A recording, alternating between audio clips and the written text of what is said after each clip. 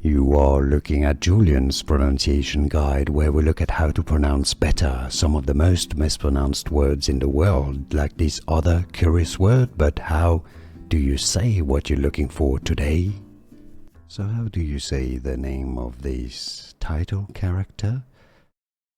In a book by Alexandre Dumas, if you want to learn how to say the name of the author really well, I've got a video for you, so make sure to stay tuned. But let's break down how to say this one in French first and then in English. Edmond, yes, the D is silent in French. Edmond, Edmond Dantès, Dantès. Edmond Dantès is how we would say it in French in France. Now, if you cannot pronounce French perfectly, you can say it as Edmond Dantès, Edmond Dantès. Here are more videos on how to pronounce more confusing words and names too many mispronounced. Like this video if you found it useful. I appreciate your support. I'll see you soon and thanks for watching.